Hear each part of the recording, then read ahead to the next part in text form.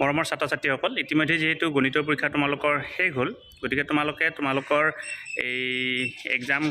কেনেকুৱা হ'ল জনাবৰ কাৰণে নাপাহৰিবা আমাৰ ইতিমধ্যে আমি দেখিবলৈ পাইছোঁ কুৱেশ্যন আমাৰ টেক্সট বুকৰ পৰা ডাইৰেক্ট কুৱেশ্যনো আহিছে আৰু ইতিমধ্যে যেহেতু তোমালোকক আগতে মানে কৈ দিয়া হৈছিলে যে কি 30% এলো বেছ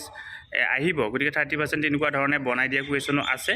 গতিকে এতিয়া তোমালোকে কুৱেশ্যনখন কেনেকুৱা পাইছা সহজ পাইছা নে টান পাইছা বা এই MCQ বিলাক তোমালোকে কৰাৰ ক্ষেত্ৰত সময় তোমালোকৰ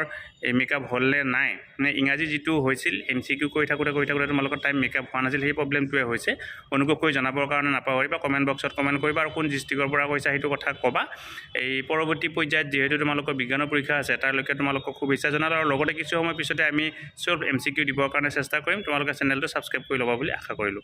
ষ্টুডেন্টস কুইন এছাম নামৰ ইউটিউব চেনেলটোৰ জৰিয়তে আমি ছাত্ৰ-ছাত্ৰীৰ কাৰণে বিভিন্ন ধৰণৰ শিক্ষামূলক ভিডিঅ' লগতে পৰীক্ষা উপযোগী ভিডিঅ' প্ৰস্তুত কৰিবৰ কাৰণে চেষ্টা কৰোঁ তোমালোকে যদি আজি প্ৰথমবাৰৰ কাৰণে এই চেনেলটো চাইছা অনুগ্ৰহ কৰি চেনেলটো সাবস্ক্ৰাইব কৰিবা আৰু ওচৰতে থকা বেল আইকনটো প্ৰেছ কৰি অল নটিফিকেশন কৰি থৈ দিবা